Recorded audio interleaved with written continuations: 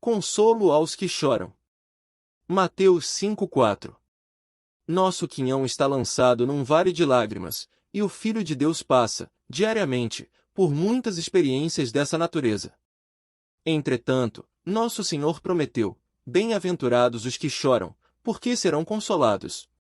Ao voltarmos para as páginas da Bíblia, encontramos repetidas referências àqueles sobre os quais as cargas da vida pesam tanto que dão vazão às lágrimas.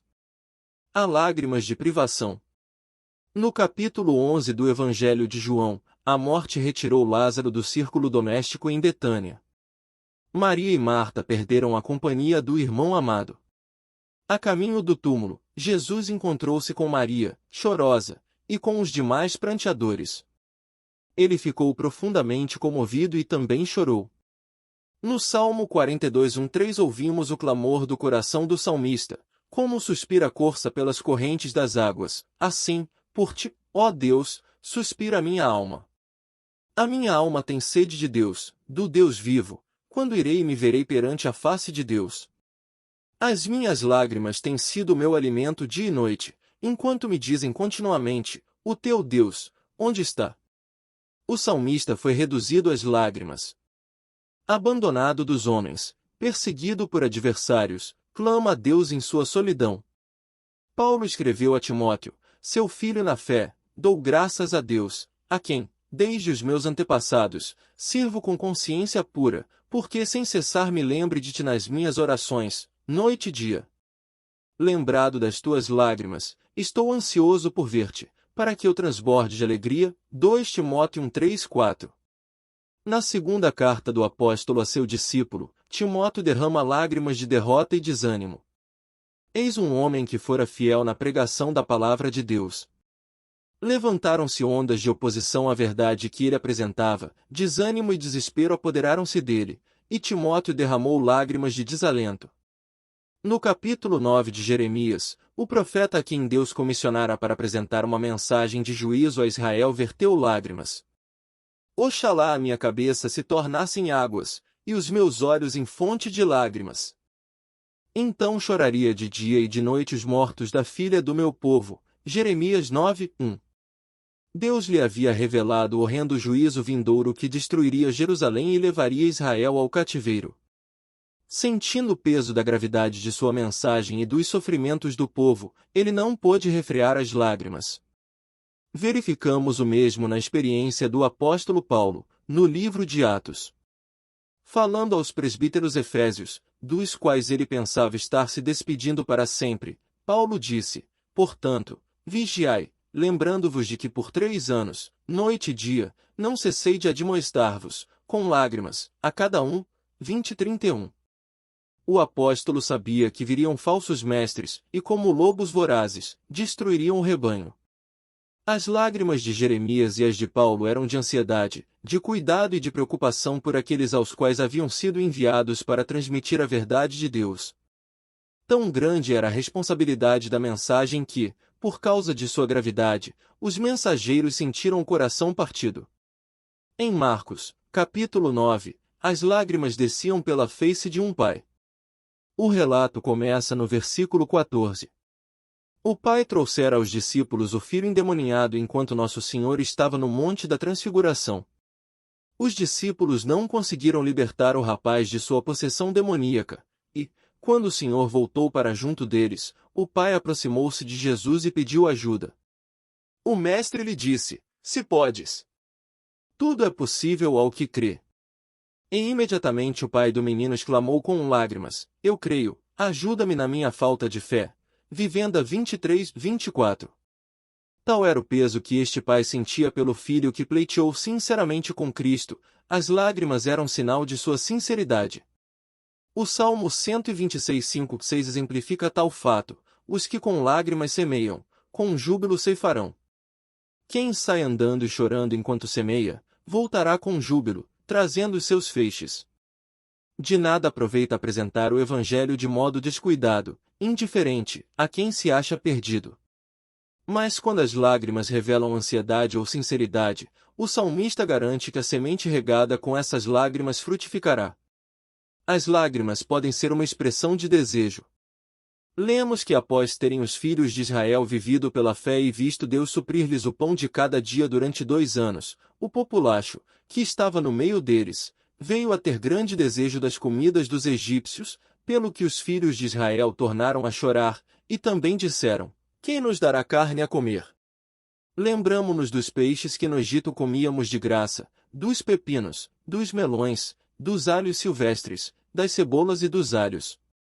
Agora, porém, seca-se a nossa alma, e nenhuma coisa vemos senão este maná. Números 11, 4, 6. O povo chorou, mas as lágrimas expressavam desejo de coisas que satisfaziam a carne. As lágrimas podem ser um sinal de devoção. Lucas 7, 37 e 39 conta de uma mulher que entrou na casa do fariseu onde Jesus se encontrava, levando um vaso de alabastro com unguento. Chorando aos seus pés, começou a lavá-los com as lágrimas e enxugá-los com os cabelos. Beijou-lhe os pés e ungiu-os com unguento. Admirado o fariseu de que Cristo recebesse a adoração desta pecadora, Jesus disse que era porque muito lhe fora perdoado. O perdão que ela havia recebido gerou uma devoção que se expressava não apenas na dádiva do unguento, mas também no precioso dom das lágrimas. Essas eram lágrimas de devoção.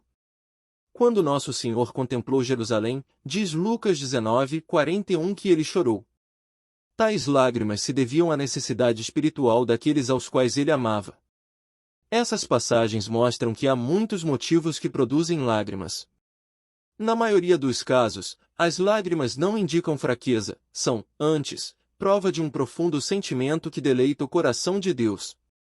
Quando alguém, seja qual for a causa, descobre que as lágrimas são o seu quinhão, conta com a promessa de Deus: bem-aventurados os que choram, porque serão consolados. Não houve lágrimas tão quentes como as de Pedro. No capítulo 22 de Lucas, Nosso Senhor predisse que antes de cantar o galo, Pedro negaria 3 vezes. Após a negação, voltando-se o Senhor, fixou os olhos em Pedro, e Pedro se lembrou da palavra do Senhor, como lhe dissera: Hoje 3 vezes me negarás, antes de cantar o galo. Então Pedro, saindo dali, chorou amargamente. Vivenda 61-62. Não há tristeza mais profunda ao Filho de Deus que ofender aquele que o amou até a morte. Não há tristeza igual à do amor ofendido. Entretanto, mesmo os que injuriaram o amor de Deus, cometendo pecado, recebem a promessa: bem-aventurados os que choram, porque serão consolados. No capítulo 1:5 da primeira carta de Paulo aos Coríntios, lemos o que parece ser apenas uma observação ligeira, mas quão cheia de significado. No relato das aparições de Cristo no dia de sua ressurreição, Paulo escreveu que Jesus apareceu a Pedro. A última vez que Pedro vir o Senhor vivo, ele sentirá o olhar convincente do Mestre. Esse olhar ardera no coração de Pedro, e ele chorou. Só houve consolo depois que o Senhor lhe apareceu no dia da ressurreição, aí ele encontrou o consolo dos que choram. Pense na experiência de Davi, no Salmo 32, 3, 5. Enquanto calei os meus pecados, envelheceram os meus ossos pelos meus constantes gemidos todo dia. Porque a tua mão pesava dia e noite sobre mim, e o meu vigor se tornou em sequidão de estio. Confessei-te o meu pecado e a minha iniquidade não mais ocultei.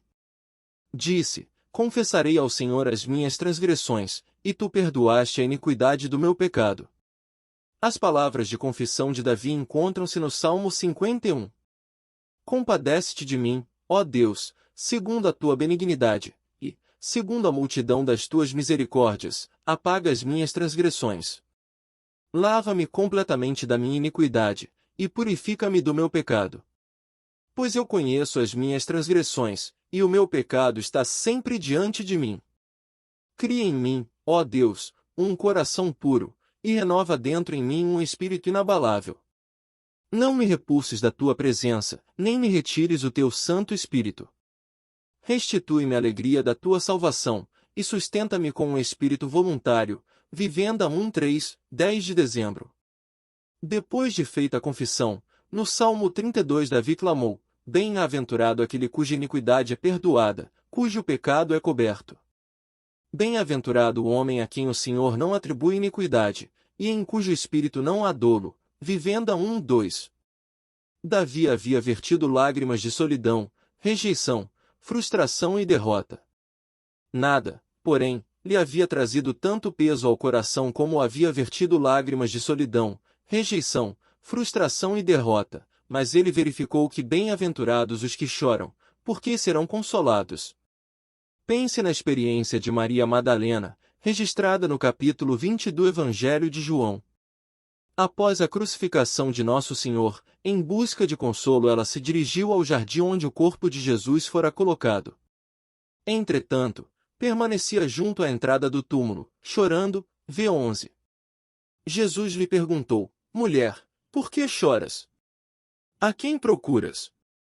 Ela, supondo ser ele o jardineiro, respondeu: Senhor, se tu o tiraste, dize-me onde o puseste, e eu o levarei. Disse-lhe Jesus: Maria. Ela, voltando-se, lhe disse: Raboni.